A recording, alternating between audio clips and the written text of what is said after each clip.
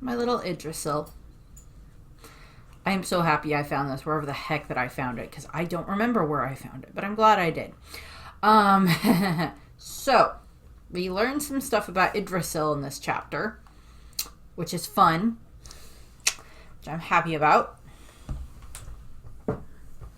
Also, I have my antlers back because, I mean, there's something in this chapter that has some antlers that are kind of cool. There's Loki has like his horns. We do see Road in this chapter. And I just needed a little bit of whimsy right now, given the state of things. If you saw my video from yesterday, you'll understand what I mean. And if you didn't, then that's fine. I just need a little bit of whimsy in my life right now, a little bit of something to bring me joy, which One Piece does. And this chapter's got a good bit of that, and then something at the end that's not so joyful. So, first, we have the cover page for chapter 11,031 called Loki of the Underworld. There is some references that obviously are going to get thrown in this chapter to like how Elbath is set up and in regard to what the quote unquote underworld is, which is of course references to things in Norse mythology with I think it's either Helheim or Nephilim. I think it's Nephilim. I don't remember which one exactly is the realm of the dead or the underworld or Hela's realm. That's why I think it's Nephilim. I don't remember specifically, so don't at me with that one. You know, in... Brenda, what are you doing? I'm licking my paws. Okay. So in Norse mythology, Loki's daughter, Hel, Hel, is the ruler of the underworld. She's queen of the dead. In that regard. And then there is stuff that gets taken with that in, stuff in regards to, Marvel and stuff like that for the comics, where in the comics, Hel is his daughter, and it's Hela, and she is the goddess of the underworld in Norse mythology, and that's got a whole setup there. And then in the MCU, Loki is not Hela's father. Hela is actually the elder sister of Thor and Loki in the MCU, and she is the goddess of the dead, for how they play that. So there's some references there. We may get a reference to a character whose name is either Hel or Hela at some point in time in this arc, which would be kind of cool, but we'll see. That's not mentioned in this chapter, but I wanted to point that out. So we start off with the Yamato cover page story, where we have it that Yamato, Ren Komachino, with Tama and Speed, going with him, chasing after the person who took the katana, who stole the katana that's supposed to be for Yasuie. And they're chasing after that. And I would assume... so we don't see Shinobu, so Shinobu maybe not helping with this setup or whatever, maybe he's doing something else. I don't know, because we saw her recently. But I would assume at this point in time, given how long it's been, from when Speed became, ate the Kibi Dango from Tama and everything else like that, I'm assuming that by now Speed has kind of been quote unquote released from that, given the time lapse of how long it's supposed to take to like the next moon or whatever it is, the lunar cycle goes through. And then they're freed from Tama's Kibidango influence, but I'm not sure. I think it's been at least that long, given how long, 2 weeks and then another week and then like however long it's been since then, probably about another week, if not longer, with all the events at Egghead and then getting to Elbath. I would assume that it's been longer than that, so hopefully Steed is choosing willingly to stay with Tama. So we'll maybe get something like that at some point in time. We'll see. So going into the actual chapter, the authors notice the long-awaited for Elbath, which Luffy's answer, I love this too, like finding out that he's on Elbath from Loki, is finally. I love how happy Luffy is in this moment. I need this joy in my life right now. I need this little stupid little rubber boy that brings sunlight and joy where he goes. I need that right now. For various reasons with our country. But so Luffy is just so happy and excited, which is so fun. And yes, I am aware of the fact that there have been things coming out in regards to, like, you know, the real world, that, like, Elbath may have not have been an actual arc that was going to happen. And I'm just like, no, we need Elbath. We have been waiting for so long because of Dorian Bragi and then Oimo and Kashi and then Hyrule and everything else. So it's just like, no, we need Elbath. And we get Elbath. So I'm so happy about that. So we have Luffy is just all freaking excited, and he's just kind of going just like Jabberjaws. It's just like, this is really Elbath. We've been waiting to come here for ages. Everything is so big. And then Loki keeps trying to, like, interject. And he's like, Loki's like, oh, really? Good to know. By the way, Luffy, do you think Usopp will notice that too? That's what's on top of that tree. Loki, hey, Luffy, I heard that this is the country that has always been at war. The strongest country in the world. Is that true? I love that Luffy's just like, it's like, yes, I understand this entirely. And Luffy's just like, I've never seen this many giants since I was on the, I've never seen this many giants since I was on the ship with Uncle Dorian Bragi. It was amazing. I like that he calls, the translation here is uncle, which is obviously not biological uncle. It's like the same way that, like, you know, probably Sentomaru refers to Kizaru, or things like that, or it's like some type of, like, the honorific setup in this regard for the way that, like, Luffy and the others kind of view Dorian Bragi, particularly Luffy and Usopp would view Dorian Bragi at this point in time. And Luffy's just so happy. And Loki's just like, hey. And then Luffy's like, this is incredible. And then Loki just kind of loses it. And he just, like, shouts at Luffy, hey, I'm talking to you. I've had to do that to people. And Loki's, like, shout just kind of reverberates through the forested area, not a jungle, but, like, the forested area that's around them. And we see shots of these different animals, and they kind of gets their attention. And then we get a little bit more of an intro for Loki here. And Loki is like, I am the sun god carried through the centuries and this land's tales, but don't open your mouth without permission, human. Answer me. What do you think about the situation I'm in? And we get the little Loki intro box, and it is Loki, accursed prince of Elbath. Loki, world government special bounty.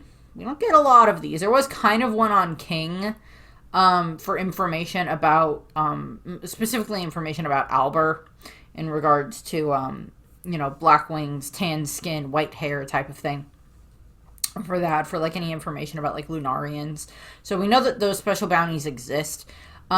Dragons might qualify as, like, a special bounty, same thing with, like, Sabo and stuff and other members of the Revolutionary Army, because they're not pirates, but, you know, we'll see what happens with that whenever we get bounties on them. And then there's the whole setup with, like, Loki is not a pirate, he's not a revolutionary, he's the Prince of Elbath, which, given the antistic nature that, you know, the world government has with Elbath and probably has had for a long period of time, they're probably aware of Loki. Like, they would probably know about Loki, at least when he was born, because of Mother Carmel, because she probably also brought information to them, to Cypher Pole Zero, along with the kids that she would sell Cypher Pole Zero, 60 whatever years ago. For the whole time that she was on Elbath, she was also probably bringing them information about stuff that was happening on Elbath. The king had this son, and the king had a son recently, or the king got married, or, whatever else, corresponded with other information that would be, like, useful information to give to them that would also give her more money, type of a thing. Keep them, keep the dough rolling in her regard.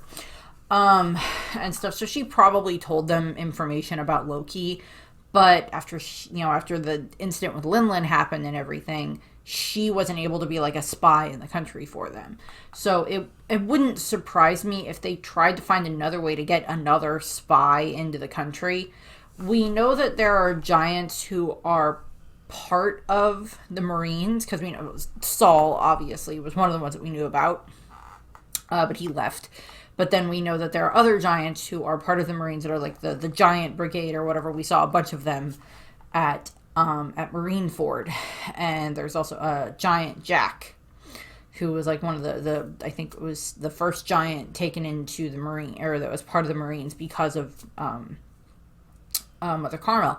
So there's stuff there. It wouldn't surprise me if they found a way to try to sneak in a spy into Elbath, either a giant who is undercover and who actually works for the world government. Works, is like a giant member of Cypherpole, which, okay, you gotta admit, that would be kind of cool. If there was a giant who was a member of Cypherpole who had managed to sneak their way into Elbath at some point in time over the last 60-something years, because they didn't have Mother Carmel there anyway, giving them more information. Sneak their way in there and become part of the culture, become part of Elbath. And send bits of information back to, the other Cypherpole Zero agents and stuff like that to then give to, the Gorosei and, the fleet admirals of the time and everything else like that, Sengoku and, Akainu now and blah, blah, blah, blah. Probably Kong and things like that, to send information to them and to the Gorosei and things like that. That could be useful information. Keeping them a little bit abreast of what was going on in in Elbath, and what was going on in Elbath. That would make sense if you ask me. Who it would be, I have no idea, because we haven't seen any members of Cypherpole that are that big. Sorry, movie reference just jumped through my head that I'm not going to explain right now. But there's stuff there that could be brought into this, but also the world government may be aware of the fact that Loki had tried to set up an alliance, or that there had been an alliance attempted between Loki and Big Mom with the Charlotte family because of him and Lola. They may have been aware of that, and they're like, oh, that's not good. We have to deal with that. So they gave him a special bounty, and his special bounty is 2,600,000,000 berries. Yeah. Just so many berries. Not as high as Luffy's bounty or Kids or Laws when they were, I guess, active, depending on how you want to land that for them. But still pretty damn respectable. That outclasses everybody else on the Straw Hat crew and a good chunk of Yonko commanders, until we get like the possible commanders for like Shanks and his crew. But outclasses most of the other non-Yonko bounties that we're aware of. So there's that. So Loki is like staring down at Luffy, and this whole time Luffy has been like sitting on top of like standing on like Loki's leg, talking up at him, and Loki's, of course, his eyes are bandaged, but like he can hear where Luffy is and everything. And it's just like he can probably feel Luffy standing on his leg. And so Loki's like, so what do you think of the situation that I'm in? And Luffy's just kind of like looking at him like, what do I think? You're locked up, aren't you? It's just like, Luffy's not that dumb. It's like, Luffy's not the smartest person in the world. Obviously, there's a good chunk of his own crew that's smarter than him. But, like, Luffy's not dumb enough to, like, oh, you're tied up. I wonder what that means. Luffy's, like, smart enough to figure that out. And, you're locked up, aren't you? And Loki's like, very wise. Pretty sure that's sarcastic. Very wise. Yeah. But no one wants to be locked up, right? And he's like anyone else, I'd like to be free too, if possible. And I've been stuck here for 6 years. So I wanted to make a comment before I get to the 6 years thing. I wanted to make a comment that there's lots of comparisons that happen where it's like Luffy, for like this sun god of liberation that we now know that he embodies and has the devil fruit representation of, that he's been imprisoned multiple times throughout the course of the story for various reasons. Most recently in Wano, when he was thrown into the Udon mines and everything, in the Udon prison. So there's that. And Luffy has been imprisoned multiple times, or caged, or trapped, or whatever, multiple times throughout the course of the story. And of course he keeps, freeing himself, or having certain circumstances show up and, like, free him from these situations. Although in certain cases, like in Udon, he took advantage of that, of the fact that he was kind of stuck there, and he didn't have his devil fruit powers because of, the sea prism stone cuffs that were on him. He couldn't, like, stretch or anything like that, but he was still, kind of training with the fact that he had to, like, lift all of that heavy material and stone and everything like else that they were mining, and, he had to, keep training. He used that as a reason to train. And then, of course, when him and Hirogoro were put into, the exploding circle sumo ring or whatever by Queen, Luffy used, his ability to train there, even though he had his stretching abilities back because they just put the exploding collar on him, but they took off the cuffs. So Luffy could still, like, train like that. And Luffy took advantage of that, and then eventually, that led to him being able to, remove the exploding collars and everything, and now he's gotten better with that. I wouldn't say that he's perfect with it the way that, like, Rayleigh has, like, mastered his technique of being able to do it. But Luffy's gotten a lot better with it, with the fact that he was able to free himself and Hirogoro, and then later on Yamato from his exploding cuffs and such. So there's that. And Loki here is one of the self-proclaimed sun gods, along with Road, although I would say Loki probably would have a better claim to it than Road would. And Loki is, of course, proclaiming himself the sun god, and he is currently chained up to a tree and trapped and is imprisoned, and is basically in an area where we get later is referred to as, like, an execution place. So there's that. And he wants to be free. So there's comparisons that can be made there. The 6 years comment. So as I talked about in the video that I made last week before or so, where I talked about why Loki would have wanted to marry Lola. And I went in through all of that stuff and talked about it. And I broke it down more there. And one of the things that I pointed out was their ages. So we know that Loki is 63 years old. And Lola is 26 years old. So we kind of have a rough idea of when Lola and her crew would have left. I mapped it out a little bit better in that video, but I said that, like, Lola probably formed her crew, because they were, it's been 2 years, and they were on, Thriller Bark for, I think, 3 years. So that's 5 years ago. So that would have put her at 21. And depending on stuff, she, that would have been still when Loki would have already been tied to the tree. But given the fact that we know that with Pudding, Big Mom was, arranging the marriage with Sanji. Admittedly, the marriage wasn't going to go through anyway. And Pudding was 16. So if Lola had been 16 when all of that happened, then that would have been 10 years ago. But, 17, 18 range. And then, Lola didn't like what happened, and then she left. So we at least get some baseline of, like, when Loki was tied to the tree, when Loki got trapped here. Confined when the giants mentioned in the previous chapter rose up against him and trapped him after he killed his father, after he killed King Harald and took the devil fruit. Still no mention of what the devil fruit is here, but that's the case that we get there. Next bit, so Luffy's just like, oh my god, 6 years? Yeah. And then Loki is just like, I'm the most powerful being in Elbath, but this tree here is the kingdom of Warland itself, the Adam Treasure Tree. Get back to that in a second. And he's like, these chains are made of sea stone, so they drain my strength and keep me trapped. Okay, several things to go over here. Loki is still proclaiming himself the most powerful giant. That seems to be what we're getting the idea of. And I'm assuming the kind of comparison here is like all these other giants, Hyrule and the others included, rose up against him and were able to take him down through just so much power.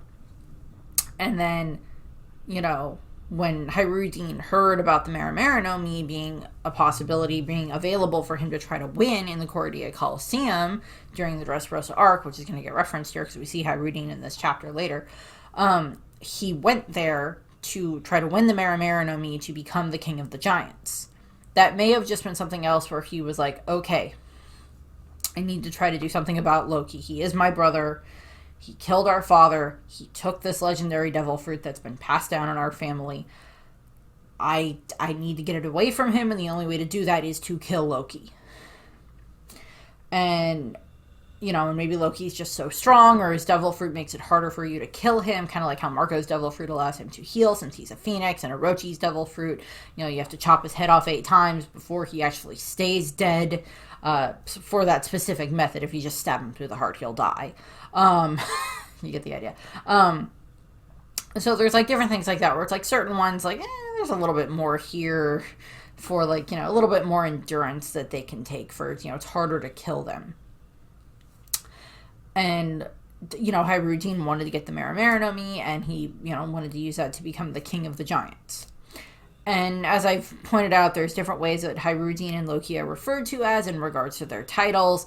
And it may have just been the fact where it's like Loki is the one that's the prince, therefore he would outrank Hyrule if Hyrule is not a legitimate son of the king, since he's just referred to as a son of the king.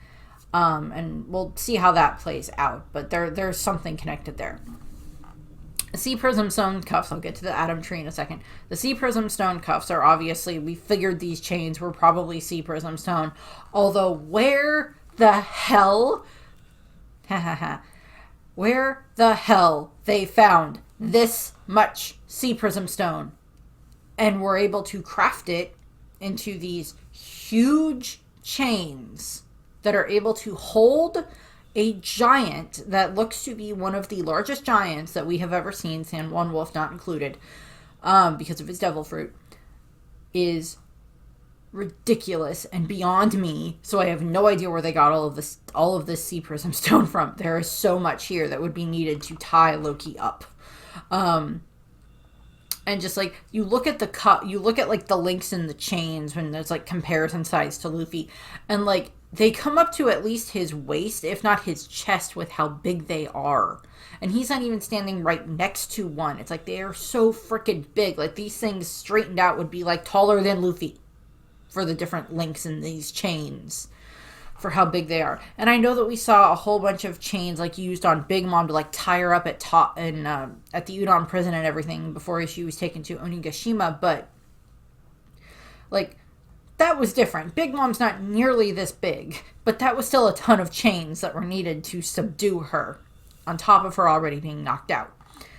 So, yeah, how many metric tons of Sea Prism Stone are being used to keep Loki tied to Yggdrasil, to Elbaf itself? How many freaking metric tons? And what type of environmental damage is it doing to the tree? Okay, to the tree itself. So, and this is something that might get a little bit shifted depending on what the official translation says in a couple of days, but Elbaf here is being referred to as Atom Treasure Tree, or the Treasure Tree Atom, which is, of course, the reference to the atom wood that we know that the Sunny is made out of. And it's the wood that Frankie had been saving up for so long, and what he used the money that he stole from the Straw Hats in order to buy the atom wood on the black market that he then used to build the Sunny. And of course, the atom wood was supposed to be this famous type of wood that is from this tree that has been on this island where there's been tons of wars, and like the tree has survived through fire and everything else that could have destroyed this tree. This tree has survived. And of course, a lot of people have thought like, well, there's connections there that could be made to Elbaf, and now we're getting this confirmed connection here. And there's thoughts and theories and stuff that it's just like, the stuff that is like the atom wood that gets sold on the black market and the stuff that the Sunny is made out of could have been stuff that is just like parts of the tree that fall off, or branches or twigs, twigs in comparison to this tree, considering how big we're going to see the Sunny is compared to a giant in a little bit. And how much, it's like you look at this tree and it's just like Frankie paid, I think it was 200 million berry, I believe, for the atom wood that he got, because the Straw Hat still had like 100 million left over. And Frankie, Frankie's in the chapter too. And Frankie is the one who bought the atom wood. And so it's the thought that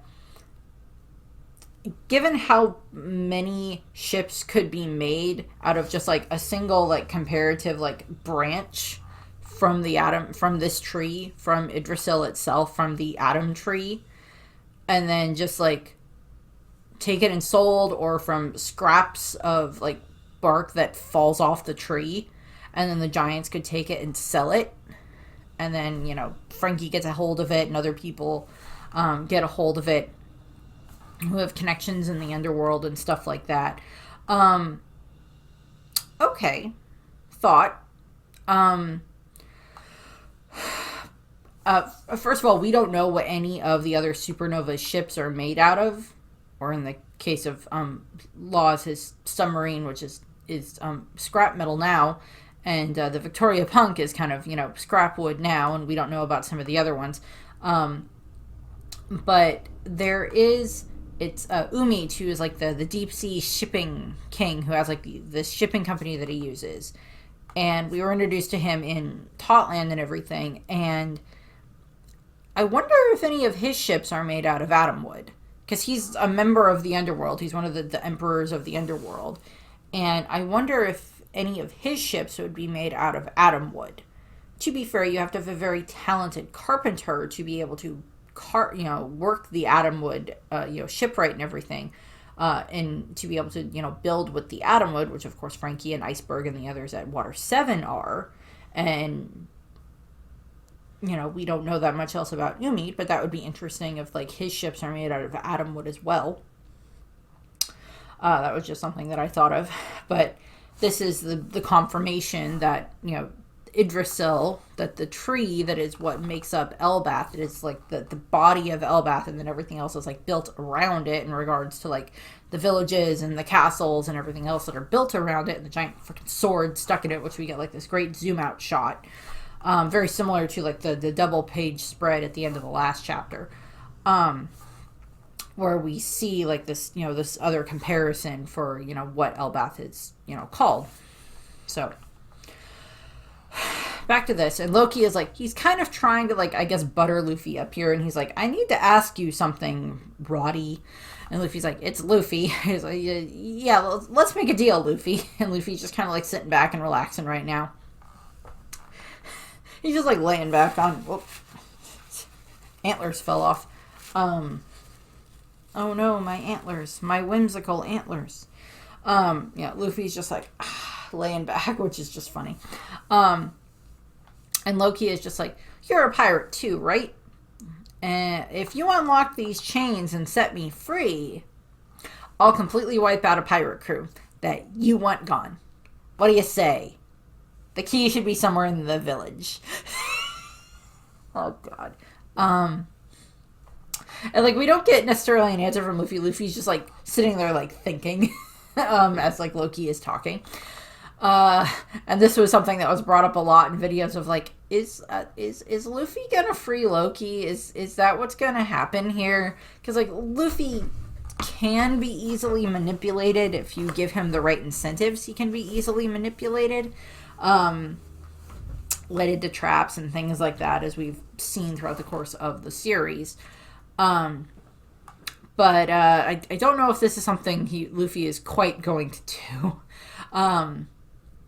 necessarily. I mean, Luffy was running through Impel Down, and the people that he specifically freed, Buggy helped him, Mr. 3 and, Mr. 2 all helped him, but he knew them. a lot of the other prisoners were ones that he didn't know, and it was actually Buggy and Mr. 3 who were the ones going through and like freeing a ton of the other prisoners. Since they had the keys, they were going through and freeing the other prisoners and causing the breakout. And then when Luffy and such got down to level 5, or level 6, whichever one it was, where Ace was supposed to be, and where Jinbei was being held, and where Crocodile was, and where a bunch of the others were, and where Doflamingo currently is, level 6, I believe, Luffy was very hesitant to want to free Crocodile because he knows what Crocodile did to Alabasta and everything. That Crocodile caused Vivi and her country a lot of pain. Luffy is hopefully not going to fall for... in this bit here, he doesn't fall for it. He doesn't agree to it. Also, what freaking pirate crew would he want to send him after? Luffy doesn't have that... where he's just like, oh yeah, wipe this person off the map. He doesn't want to destroy Shanks because Shanks is his idol, his mentor to a degree, and he doesn't want to destroy Shanks's crew. He would want to be able to beat Shanks's crew fair and square in either an actual fight or a Davy back thing or something like that. And with Buggy, Luffy, I'm pretty sure, can still kick Crocodile's butt at this point in time, and he can easily defeat Buggy. That's not that wouldn't be surprising in the slightest. I think one of the weaker members of the crew could easily defeat Buggy at this point in time. And then you have Mihawk and Zoro, who are going to end up having to fight at some point anyway, unless something happens to Mihawk. So he wouldn't see the Cross Guild as a threat necessarily, and he wouldn't want to wipe out Kid or Law, even though they've kind of been taken care of at the moment. He never saw them as a threat necessarily. He kind of still sees Law as an ally and stuff. And then Blackbeard would be the last one left, and it's Luffy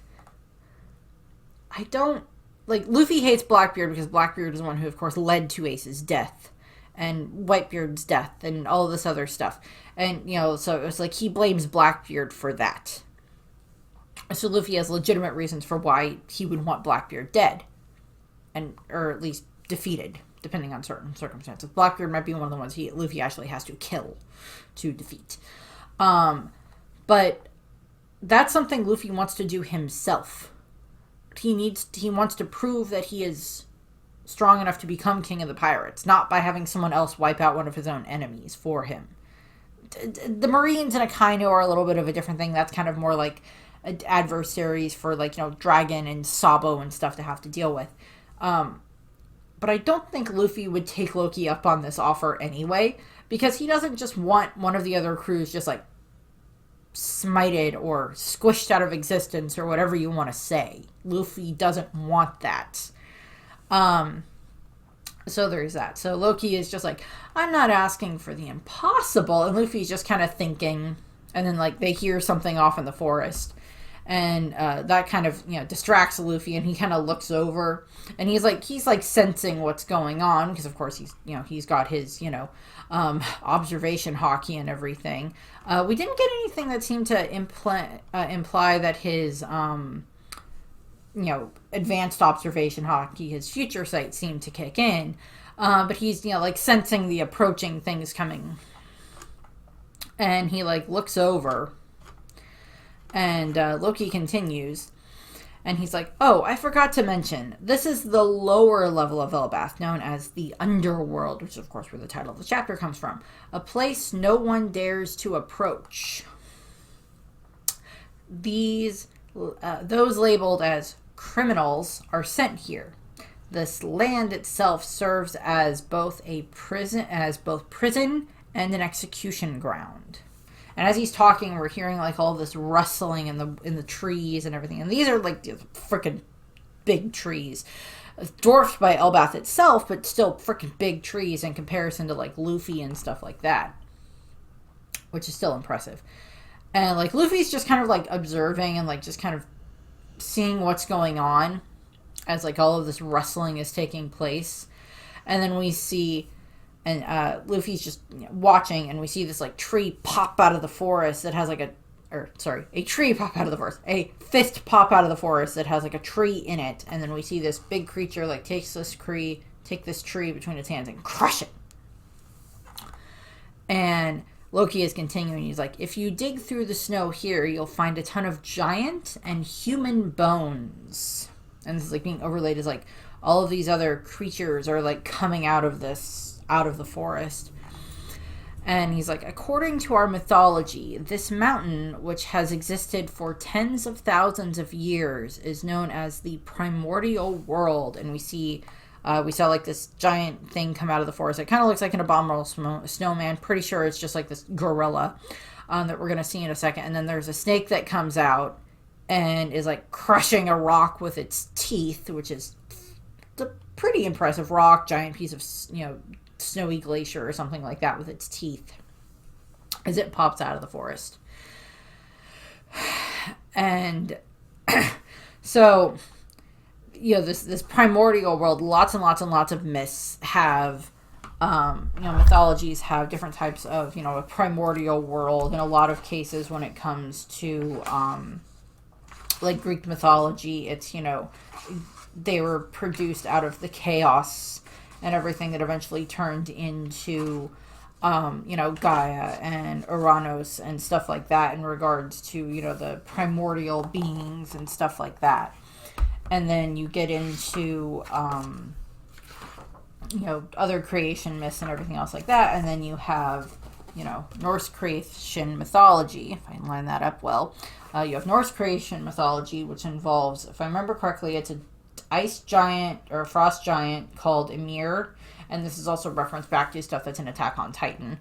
In regards to Ymir Fritz, if you've paid any attention to Attack on Titan, where like a good chunk of the world itself ended up being like grown out of Ymir's body. If I remember correctly, I haven't read that myth for a while, but I think that's correct. And so there's connections there. So there's, similarities that are happening in that regard. And so Loki is kind of describing this of like, and if this is true, I mean, like, this makes sense for like how freaking, like, okay, size comparison reference here. In Ohara, which is going to get referenced later in this chapter, there was, of course, like the tree of knowledge on Ohara, which was pretty damn big. That covered a good chunk of the island with like its branches and everything else like that. But even that tree would have been like freaking quite small compared to Elbath itself right now, for how big Elbath is. And that was like a 5,000-year-old tree, minus about 22 years. This tree, if it has truly been here for tens of thousands of years and has just kept growing and growing and growing and growing and growing, and it was part of this primordial land, or it may have just been this big, huge, winter-ish island or winter island, and this tree may have just been growing there for so long that it just grew so big. I mean, like, trees will grow. They don't quite stop growing. They kind of slow down at various points in time depending on like what the environment around them is doing. If there's less nutrients and water, they tend to slow down their growth rates and everything like that. But like, freaking, like, they grow. They will just get bigger and bigger and bigger as long as they are being well taken care of and have plenty of food and water and nutrients and everything else like that. And all of this, and that would explain to a degree how big Elbath is. And if it has truly been there for tens of thousands of years, eventually the giants would have started building stuff around it and on top of it, in the cases of like the different castles and stuff that we see in it, within its branches and everything, as it grew over this island and like either moved things or rebuilt things, kind of like how Wano moved and rebuilt during, at the end of the Void Century and everything else like that, after the walls were erected around it and everything, and had to move up around the bottom of Mount Fuji, or closer to the top of Mount Fuji. Elbath, giants over thousands of years having to do the same thing, or tens of thousands of years, depending on stuff, would make sense. So that makes sense if you ask me. So Loki continues, and he's like, a world where the sun has died, you foolish human. I don't know. I don't know if there's something here that got shifted in translation or something, or if it, just something else that Loki is just shouting. And we get this other, kind of double page spread where we see all of these giant creatures coming out of the forest. There's a giant mammoth, a wolf, which is clearly a Fenrir reference. There's a giant frickin' snake, which is obviously another Jormungandr reference. There's a gorilla, which is the one that crushed the tree.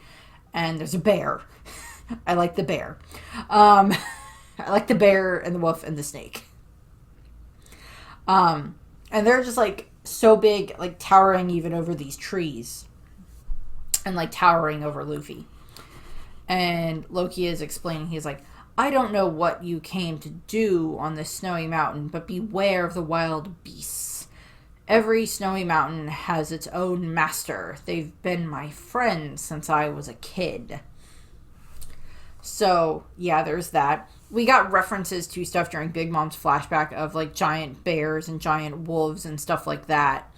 That were, that were around and stuff like that. So seeing other giant creatures is not surprising. And Luffy is just, like, walking toward these guys.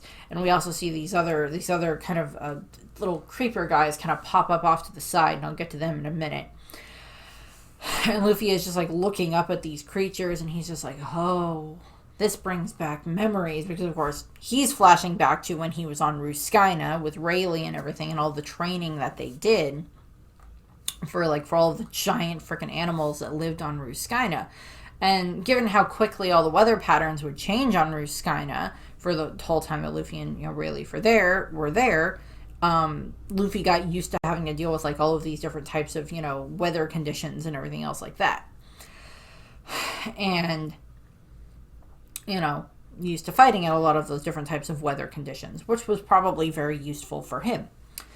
And now he's having these flashbacks and like these creatures are probably even bigger than the ones that were on Ruskaina 2 years ago or during the 2-year training.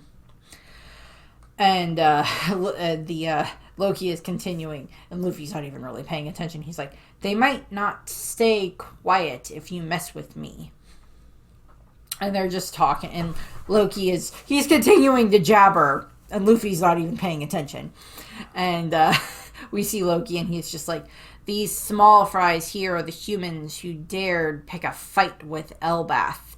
They're just a bunch of walking corpses clinging to life, wearing filthy clothes just to avoid being devoured by beasts. And we cut to this group that basically look like reapers with gas masks is the way that I describe them. And that's a pretty good general description of them. They're reapers with gas masks. And they're like, aw, come on, boss. That's a bit harsh. Who's that guy? Can I skin him? Think he's got anything valuable? And Loki, one of them also says, I don't want to pass out like last time. Got it? Who would have thought that Yonko Shanks, the red-haired, would be in a place like this? So this is obviously referencing why Shanks was on the island, why Shanks was on Elbath to begin with. Where we saw him and dealt with Eustace Kid. During the Egghead arc. And they're just like talking, and it's like knocked out, pass out like last time. So that's just implying that Shanks was here, talked to Loki, saw these guys, and just made them all pass out. Used his Conqueror's hockey on them and just made all these guys pass out. Which is funny. I find that so funny. And Luffy is just kind of like, oh, what? You mentioned... And they're just like, what? And they're looking over at Luffy, and we get the other part of the double page spread. And, like, all of the animals, Luffy is now sitting on the hand of the gorilla as, like, he's petting the nose of the wolf. And the bear, I love the bear. The bear is holding up, like, a pot of honey for Luffy, which is so cute. And the snake is there, and the elephant, like, they're all happy and smiling as they look at Luffy. It's the reference to the fact that when Luffy was on Ruskaina, he eventually was able to tame a bunch of the giant animals that were there, and they became his friends and everything. And so there's that. And of course, Luffy's kind of been pretty good at dealing with, like, animals anyway. throughout the course of the story. Like, he, befriends Tsurume, and he befriends, oh, frick, the bull that belonged to... Why do I have such a hard time remembering his name? The Rosy Life writer, captain of the Rosy Life Riders, Sanji rearranges his face. You know what I mean. Duval. I'll get it eventually. I knew it started with a D. Luffy tames his bull, and then, there's other stuff he befriends and tames Ushi during the Cordia Coliseum in Dressrosa. He, befriends, other creatures and everything else like that throughout the course of the story. Way back, even in the beginning, he befriended Chow Chow.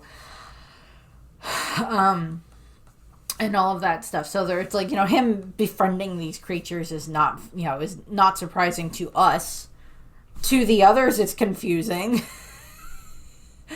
And to these guys, it's very confusing, because what we have is Luffy is just being fawned over now by all of the giant freaking mountain lords. And he's just like, oh, you said Shanks! And he's like looking at the others, and they're just like, we did, but that's nothing compared to what you're doing now.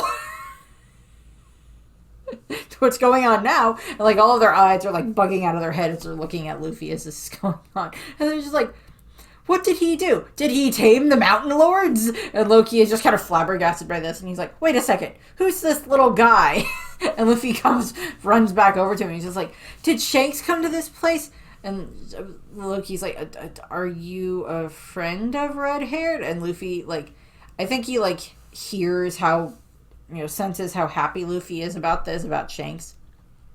And this leads to the comparison of Loki going like, that cowardly pirate. Yeah, he showed up. One of the original translations was he called Shanks a chicken. Hence why I have a chicken on the thumbnail. I was trying to find like a really cool looking chicken with like red plumage. And I found some, but the one that I used was the better one. And of course, he just, Loki just made the stupid mistake of insulting Shanks, which is not a good idea. And Luffy doesn't like this. He goes Gear Forth, full on Gear Forth, not just like mini Gear Forth like he did earlier to deal with, to break through the wall at the castle. Full on Gear Forth. And he's like, and he punches Loki, and Loki, I think, just barely manages to dodge his head just in time before he gets hit with like an elephant gun or something, or just like a regular punch. And all of his things are, Lord Loki, no! And Loki's like, wait, you idiot! It was just a joke! And he's trying to like placate Luffy as best he can, and Luffy's like calming down. And we get like an interesting shot, because we don't get these shots that much anymore, where like Luffy is like calming down from being in Gear Forth, which like he's mastered it enough now that he can go in and out of it pretty easily. I would assume that a lot of his like stamina and how long he can keep it up have probably increased as well, just given the circumstances. But like we kind of see him like going out of it, which is kind of fun, where he's still got like the hockey on his arm and stuff. So that's kind of interesting. And he lands, and like all the animals are just like looking at him, and they're kind of like got like the anxious sweat drops coming down their faces. They're looking at him after he just tried to punch Loki. And Luffy's like, don't say things like that, even as a joke. Which is, of course, goes back to first chapter where, Shanks gets insulted by Higama, and Luffy doesn't like it. And Shanks just, is trying to teach Luffy the lesson of, like, it's one thing if someone's insulting me and throwing stuff at me. But if they're doing it to my friends, that's where the problem lies. And of course, we see Luffy replicate that same behavior later on Jaya, with Bellamy and everything. Replicate that same behavior. And of course, now Loki is now insulting Shanks, who is of course just, Luffy's idol and everything. So it's like Luffy doesn't like that. So of course he punched Loki, which is just funny. And and Luffy's like, yeah, don't say that stuff, even as a joke. And Loki is just like, I can't move, you moron. And so it's like, I can't dodge. And Loki is thinking, I'm going to kill this jerk as soon as I'm out of these chains.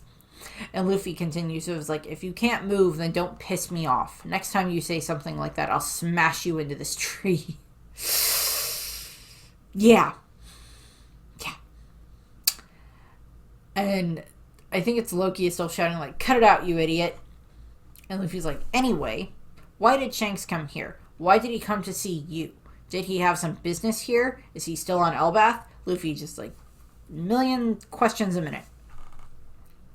And Loki's like, of course I'm not telling you for free. And we transition away, and we cut back to where the rest of the early Straw Hats are with the rest of the group that's currently on Elbaf with Nami and her group. And they are still currently on the bridge getting away from the castle.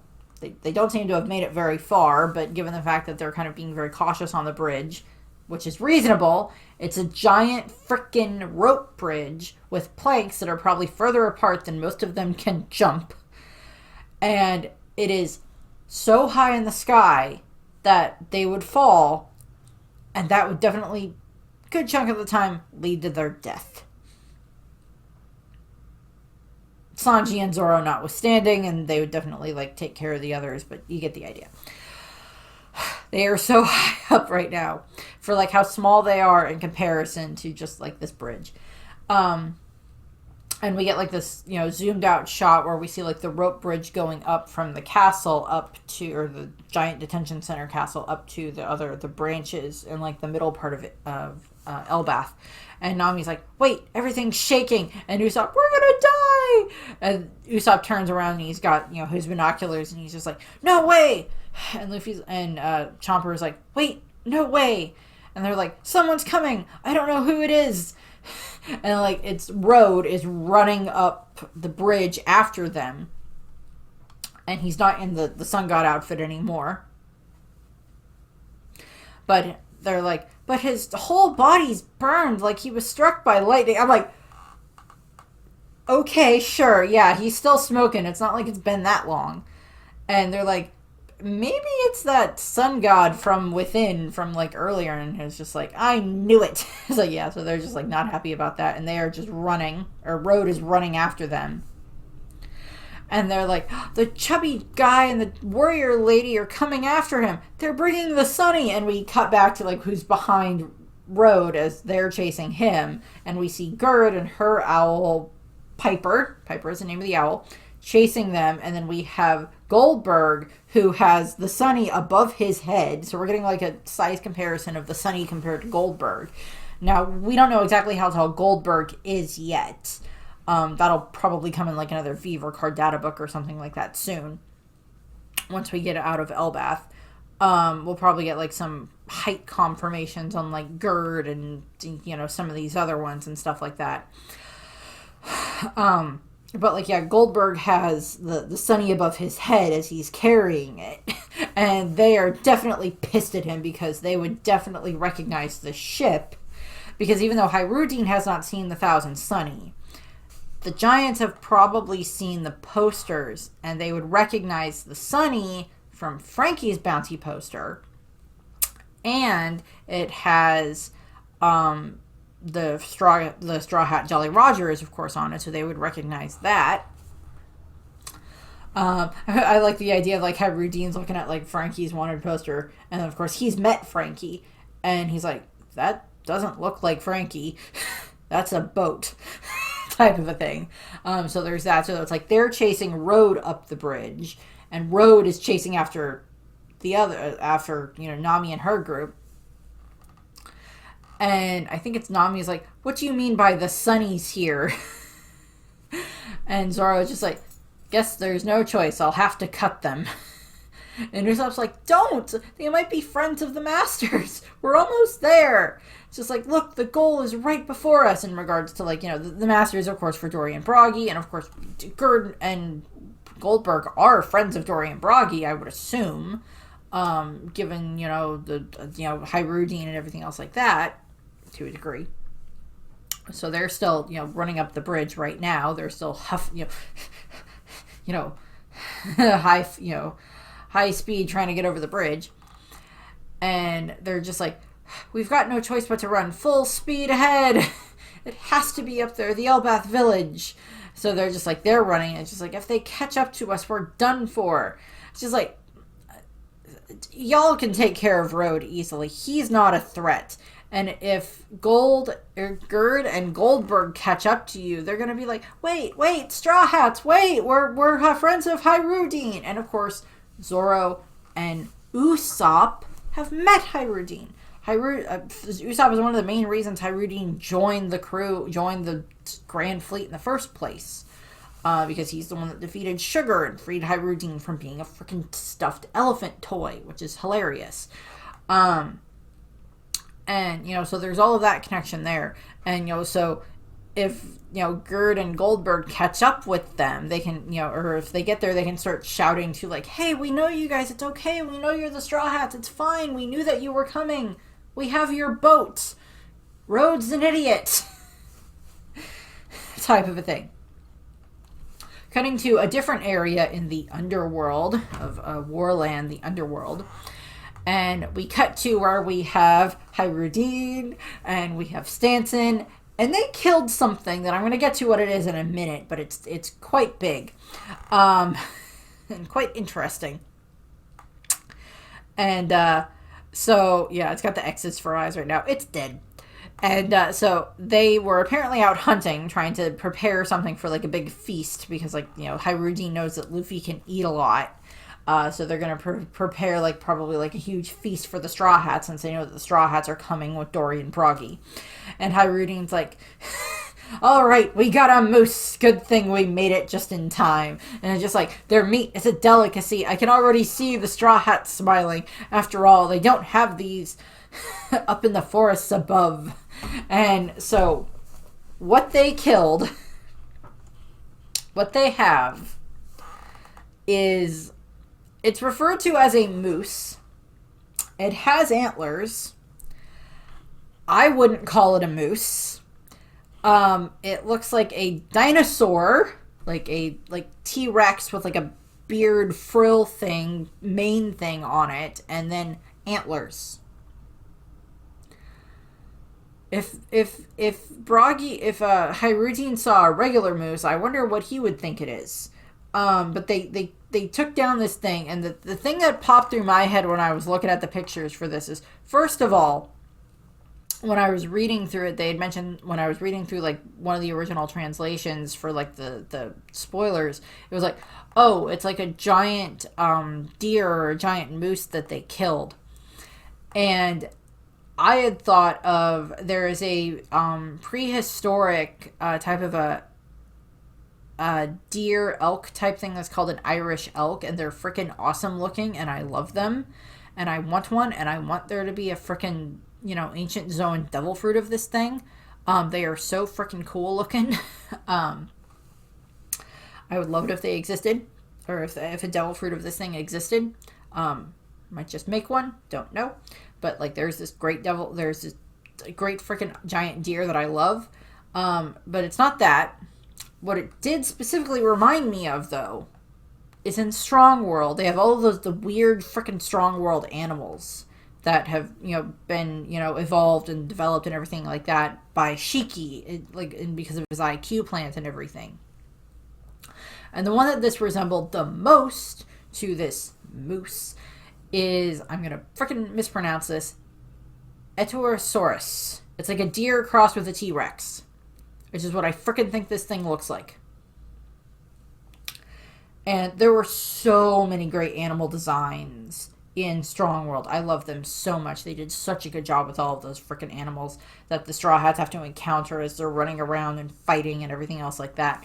Some of my favorites were, I liked the Meteor Ibex, were the antelope type things that would, like, fire themselves at the ground and attack people. And then there was the giant blue, like, 8-legged tiger, whatever it was. That thing was freaking awesome.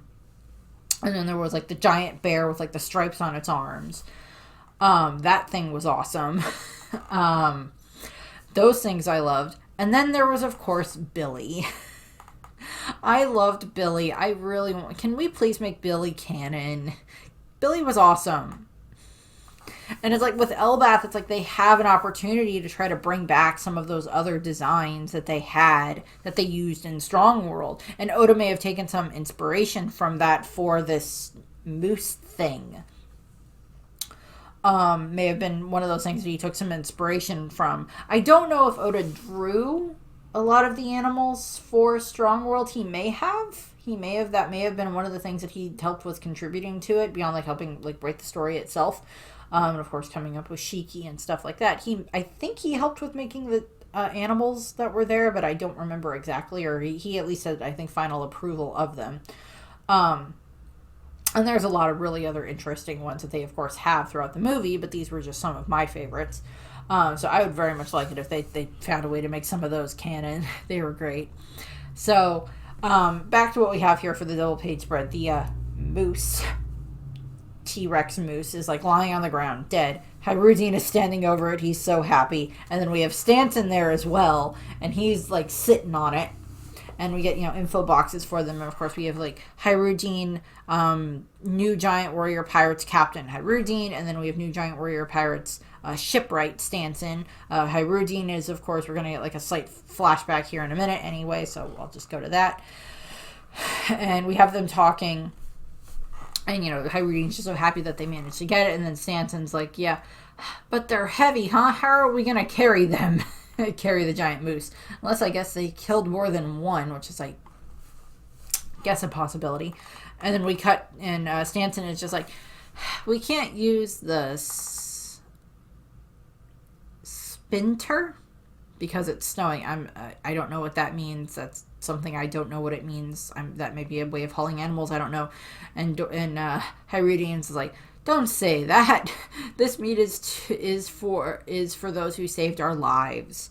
So, kind of a double. Well, we don't get like a double flashback here, but we get like a little mini summary of like Dressrosa for like Hyrudine's trivia, which is adorable. And it's just like Hyrule was drawn into the plots of the ex-warlord Doflamingo in the New World's Dressrosa. He is one of the 7 captains in the Straw Hat Grand Fleet, whose existence was nearly wiped out, but was rescued by the Straw Hat Pirates. So it's like we get this like little mini thing here. It's kind of like all those little mini summary things that we got when it came to like Vivi and Wapol and Dalton and stuff like that in regards to at Reverie, where we got like little mini summaries about them. So it's like kind of like that, and they're just like, yay, they're so happy. And it's just like they're picking up the moose T-Rex thing, and they're carrying it over their heads as they're carrying it, and they're just like, see, we did it, we are the new pirates, the giant warriors of Elbaf. So they're just like singing. And then we get like a little mini description of like the new giant warrior pirates, and it's like the self-proclaimed subordinates of the Straw Hat Pirates, the generation after Dorian Broggy. And we of course have Hyrule as the captain, Rhodes as the navigator, Shipwright is Stanton, the doctor is Gerd, and of course the cook is Goldberg. The other thing is, of course, Stanton has another tie to the Straw Hats because he is, of course, the giant who had been at Sabaody in the auction house with Rayleigh. And he was, of course, freed by them and Rayleigh and everything when they were trying to save Kami. So there's that. So we get that connection to Stanton. Straw Hats have no idea what happened to him. He found his way back to Elbaf. Now he's part of the new giant warrior pirates. Cutting a little ways away from Elbaf, back to the Great Eric, where we are back with Robin and her group of the older Straw Hats, and Bonnie, and the giants are here. So it's like Elbaf coastal waters. And we have Brooke going, how is it, Robinson? And he's like, this is my first time cutting a woman's hair. My heart is racing. Though I don't have a heart to race, though. And he's, yo, and he starts laughing. And so we see the ship, and then we see this thing in the background that would be out of my ex's nightmares and kind of mine. It is a shark that looks like they took a shark and stretched it out. It's like a snake shark, which is just like not a fun thing to think about, but it looks cool, but I don't want to go near it. And considering the fact these are the Elbath waters, and this thing still looks pretty long compared to the Great Eric, that's intimidating. So Brooke is cutting Robin's hair, and he's like, still a joke. And then we have Lilith pop up. She's like, you don't even have a heart. That's anti-science. So it's like, says the weird clone satellite thingy. Brooks, because of a magical devil fruit. How do you explain yours? Also connected to a magical devil fruit. Who now has like 7 voices in her head. 5. Whatever. And we see Bonnie is just like, oh, you look adorable, Robin. And Bonnie's just like so happy. She's in her like little kid form. So I think Bonnie is now feeling much more comfortable around the Straw Hats to the point where she is in her like natural, 12-year-old form at this point in time. And so I like that. And she'll probably grow herself back up later if she has to fight or something, or if the situation calls for it. But I think she's figured out that she can trust the Straw Hats enough that she's fine with just, being her little kid self right now, which is adorable. And so she's all happy. And then we see Frankie and Jinbei are looking at Robin, and Jinbei's like, that hairstyle brings back memories. And Jinbei's like, it suits you perfectly. Nice work, Brooke. So it's just like, yeah, Brooke did a good job. And we cut to the panel, and we see Robin, and she's like, it's spot on. Thank you, Brooke. And he's like, yo, I'm so glad. And it's Robin has had her haircut. It's not... The initial description that I got was it kind of looks more like her pre-time skip haircut, which it does, as in she has her bangs now. She has her bangs back as opposed to when she grew them out during the 2-year time skip. By the way, I hated having bangs as a kid. I hated it. They grew way too fast, and they got in my eyes so much, and I am so glad I grew my hair out. I don't like bangs. They don't work for me.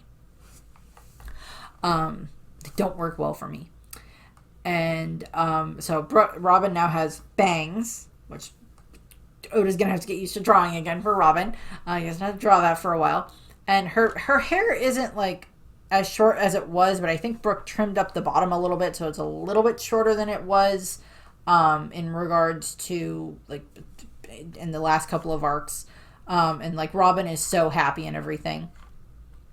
And then we cut out and we see they're sitting on like the table on the deck of the Great Eric, and the rest of the, Dory, Bragi, Armo, and Kashi and stuff are all there talking, and it's just like, oh, that's the hairstyle you had when you met Saul, right? Is I think what Bragi is saying, or Dory, and then, no, that's Bragi, and then Dory is just like, he'll be happy, and then Frankie is like crying, he's just like, I can't take it anymore, I'm gonna end up crying at this reunion, and it's like, I love that Frankie is not ashamed to cry, and, just admit when he's like so overjoyed with emotion that he's like so happy for Robin right now. I love that. And so he's just so happy. And then Kashi Oimo is like, that's the hairstyle we knew Robin, because of course that's the hairstyle that she had at Ennis Lobby and in Postwater 7 when they interacted with her and the Straw Hats then, so they recognized that hairstyle. And we have this nice little panel where we just have Robin, and she's just like calmly just like thinking as like the wind blows behind her and like blows her hair. And we look over, and we now see that the Great Eric has reached the shores, or is just about to reach the shores of Elbath, and they're like, look, the island, the mist has cleared, let's land, it's huge, it's the island of giants, let's toast as soon as we reach the ports. And they're just like all so happy and everything. And then we have the last 2 freaking panels of the chapter where Oda is just like, you want happiness? Have some of this. Just like, freaking Oda, just stop and give Robin her freaking reunion. And we cut into Elbath, and it's just like we have giants shouting at us like, it's an emergency. Saul Sensei, he fell and he's not moving. And it's like, what has happened to Saul? It's just like, we saw him during a Vegapunk message. He was fine. He was sitting back, relaxing on the beach, probably listening to the Vegapunk's message. Please, Oda, don't take this away from Robin. Don't take this away from us more. Well, don't take this away from Robin more than anything, but don't take this away from us. We want to see this. Robin deserves this so much. She has been through so much. She deserves to see Saul again. She deserves the chance to get to talk to him again and tell him, hey, you told me that there were going to be people that I was going to find who won't ever leave me because no one was ever born into this world to be alone. I found those friends. I found them. And they were the best thing that ever happened to me. And I love them. And they're so great. And I really want you to meet them. And I have so many stories to tell you. And so many things to talk to you about. And I just want that for Robin so freaking much. Please don't take that away from her, Oda. Please don't take that away from her. We need this. Please, Oda. So that's where the chapter ends. I'm sure there's going to be a whole bunch of stuff of like, please don't have Saul have generic old man disease that's going to kill him before the Straw Hats even get there. It's like, just at least let Robin get there. And some of the other crew. Let him get to meet her friends that he's been hearing about in the newspaper with her ever since she became part of the crew. Let him get to meet them. Please. He deserves this, and she deserves this for everything that they've gone through. Please, Oda. Please don't take this away from Robin or from us. So, that's where the chapter ends. I don't know if Luffy's going to end up freeing Loki. That's left up for debate. It's a possibility that he might be tricked by Loki enough to do it, but I don't know. We'll just have to wait and see. Gerd and Goldberg get caught up to the rest of the Straw Hats that are on Elbaf already, to Nami's group, and like do some explaining or shout explaining and everything. Particularly if they tackle Road. If Gerd tackles Road and like pins him to the ground, and then Goldberg's just like, "Hey, Straw Hats, come out! We have your ship. We're sorry about Road. We know Hyrudine," type of thing. That would be great. Get something like that to happen. And then, of course, have that happen. So, that's what we have. Thank you for watching. I hope you enjoyed the video, and I hope you have a nice rest of your day. Bye.